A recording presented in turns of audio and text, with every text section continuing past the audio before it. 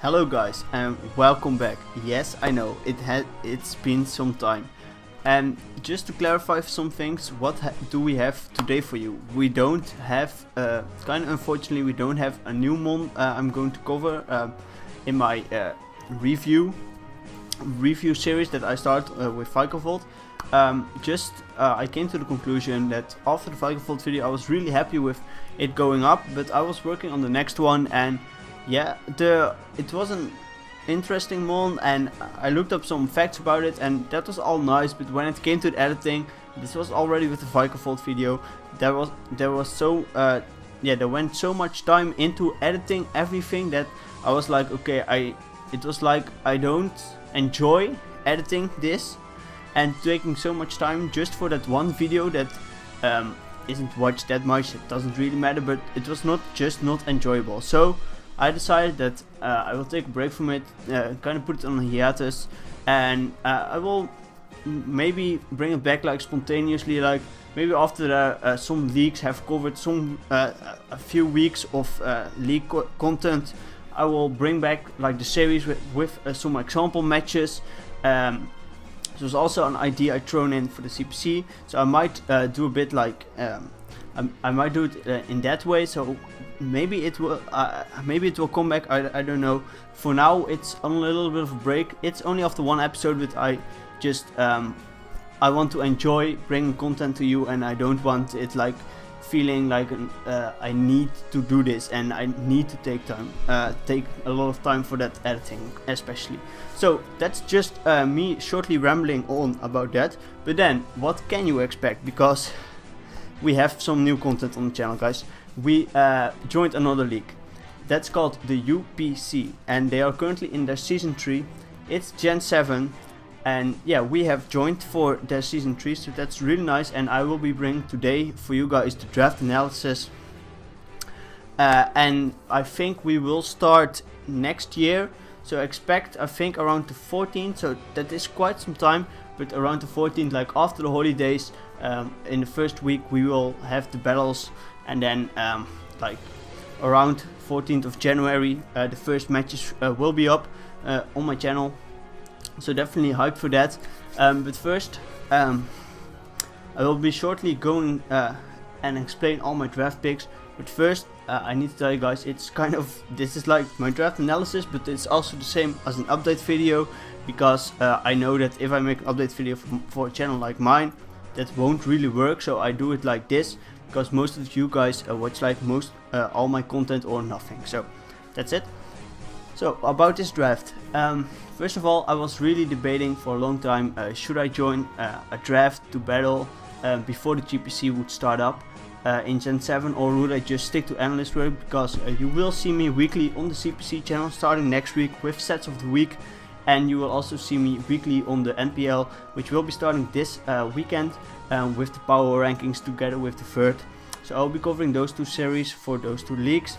And also in some other news, in the CPC I've been made co-admin, which is really nice, and I'm really honored to do that together with Shadow. So that's also going to take quite some time.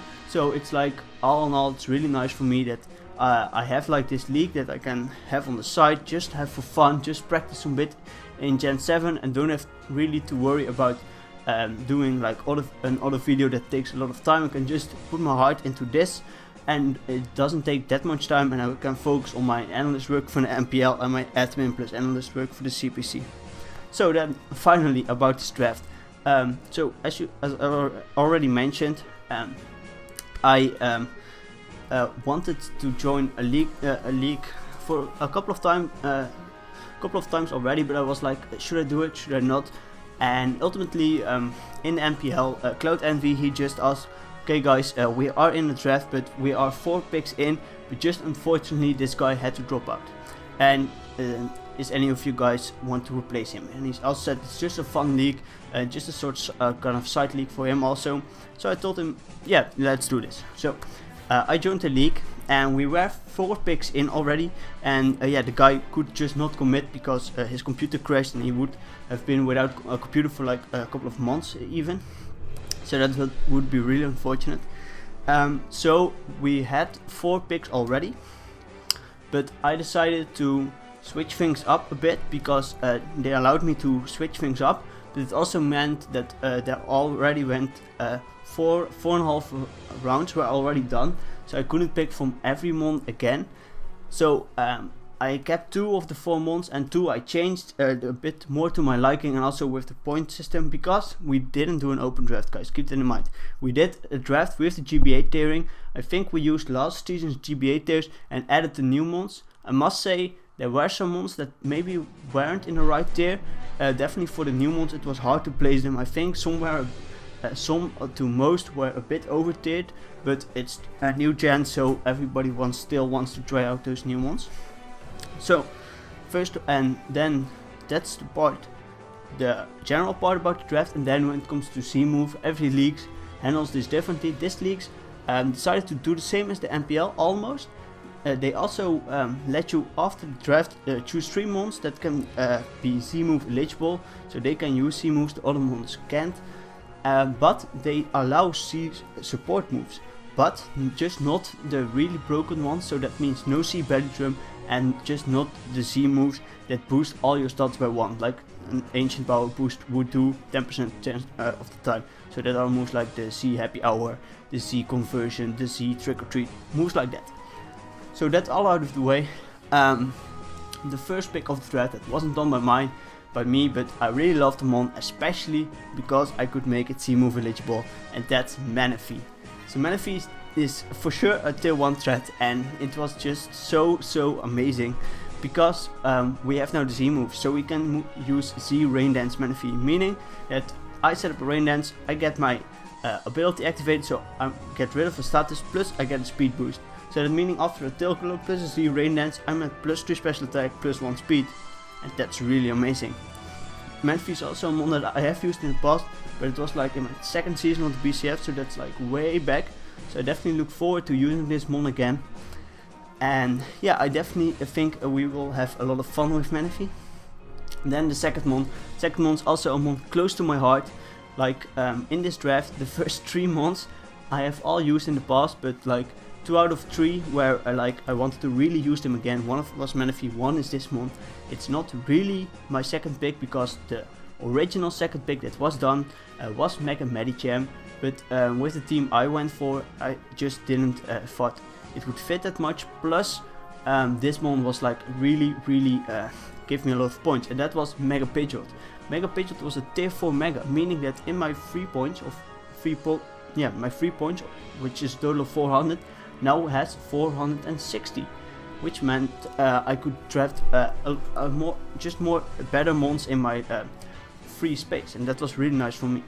And I definitely think Mega Pidgeot should not be tier 4, it should be regarded a bit higher, because Hurricane Spam is just really strong, and this mon should not be underestimated. Yes, it's a bit one-dimensional, but it still does its job quite nicely.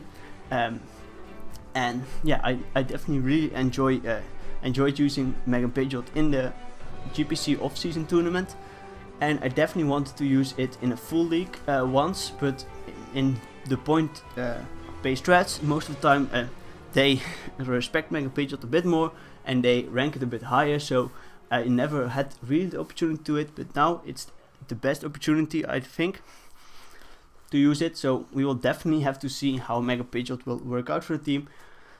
What it does for my team, it gives me a lot of speed, and just Hurricane Spam is nice. It can even be a Defogger if need be. It also has access to Roost, which is really nice, along with Manaphy. Manaphy is also a really nice mon for the team. It's a bulky water, it deals with Scald, it has Rest plus Rain Dance and some kind of recovery. It's also a setup sweeper, so 2 mons that are really amazing for this team. So then the third pick originally was Scolipede, but I thought with Mega Pidgeot already and the 4th mon that was also already on mon, I would be too weak to Stealth Rocks. And looking at my division and just looking in general, I needed a reliable ground type, and I went with Nidoking. I haven't used Nidoking in the past in the CPC to great success. It got a lot of kills, but most of all, it's really a reliable ground type. It hits really hard, it's a nice Stealth Rocker. It also has access to T-Spikes, which I really enjoy using in the league format. So I think it's definitely a great utility mon. It can go physically offensive, it can go especially offensive. It can be your Scarford. You can run it pretty much anything you want every week. So I really enjoy using Nidoking. So then the fourth mon that was also already on the team, and it was a mon I haven't gotten any chance of in Gen 6 to use it, and I thought, yeah, why not?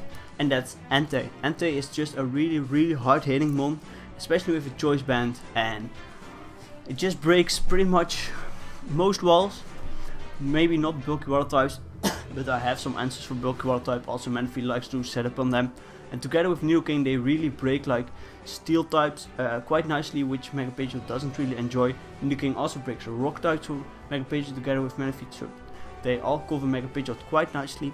And extreme speed is also with extreme speed it can also be a reliable cleanup mon, and it can also be run more bulky, and even specially you can run especially offensive Entei quite nicely, I have to say, so keep that in mind.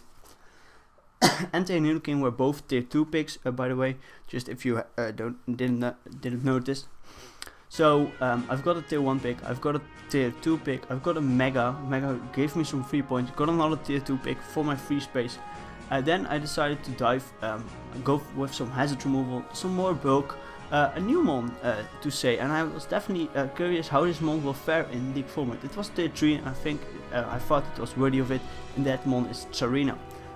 So Tsarina completes my water, fire, grass core, which is really nice.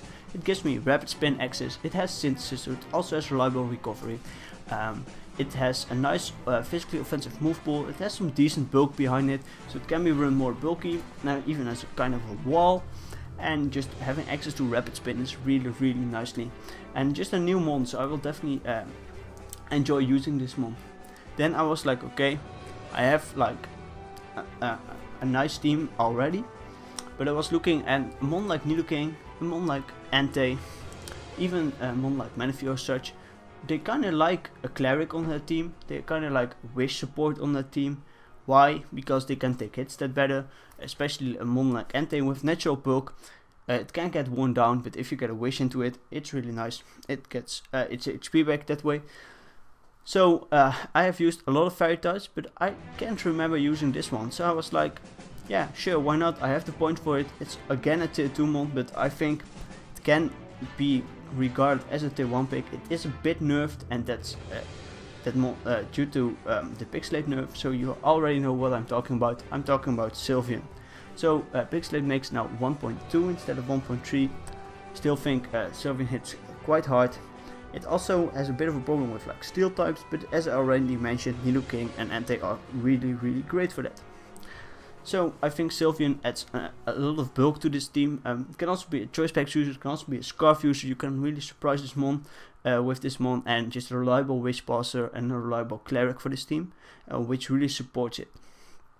So then I was looking through all the mons that I had left, what others have drafted, and I was looking, okay, others were most likely going to dive into the lower tiers a bit more, because they spent like also points on the Mega or just got a tier 1 Mega, so they couldn't spend really much anymore. So I was like, okay, I think if I don't grab this tier 5 mon now, it's going to, it might not make it back to me. And I think this mon is easily tier 4, I don't think it's really higher than that, but it was really nice for my team, because if you look at it, Mega Pidgeot and Serena deal also with ground types, but I'm still a bit weak to ground types with Nidoking and Entei, and also with some picks I had in mind for the next few rounds.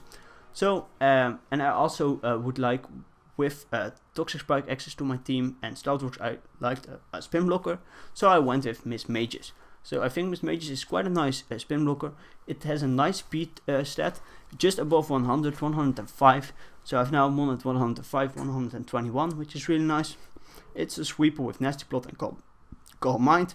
It's a spin blocker, it has Levitate, its ability, and it has some niche utility moves. And it also has some nice coverage, like Mystical Fire or something. So that's why I in the end decided to go with also Z moves on Miss Mages, just because it has that coverage. Normally it could not break that mon that easily, but I think with Z move it definitely can. So that's why I made Miss Mages also Z move eligible. The other mons I just thought Nidoking hits hard by itself, and they kind of want to choice it most of the time. Serena is more of the bulky mon, and Sylveon just doesn't have the coverage. So okay, that's fair, I thought. So then I was looking at my team and I was like, okay, I need a reliable steel type. I have a reliable fairy, but I kind of want a reliable steel type. And I was hoping it would not get drafted, and with how the other teams were forming, it was not really likely that it was going to draft, so that's why I could wait with it a bit longer. So I picked up my second tier 3 mon, and that's Metacross. And Metacross has been used to a great extent in league format. I haven't used it myself just yet. I have used Mega Metacross in the first league I was in, and it was a really scary threat, and it's banned for a reason. But Metacross, it is not Mega Metacross for sure, but it fulfills a more bulky role. With like Assault Vest, you can pack more defensively. It also the wish support from Sylveon really helps it, but can also go more on the offensive route. It also has a nice priority to it with Bullet Punch. It also has Stealth Rock access, which is really nice. So now I have Nidoking and Metacross for Stealth Rockers. And I know that I have said about Jolt's draft, and he also had those 2 mons as his only Stealth Rockers, and spoiler, that those 2 are my only Stealth Rockers. That might not be nice every week, but I think with this team I can definitely